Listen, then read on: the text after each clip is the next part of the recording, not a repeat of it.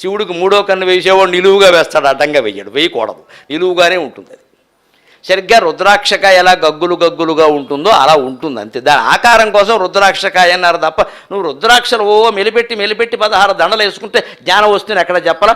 ఏకముఖి అంటారు. అసలు రహస్యం చెబుతాను. నేను రుద్రాక్ష వనం ఉన్న చోటుకి వెళ్ళా మా దంపతులం 2 ఏళ్ల క్రితం ఒకసారి.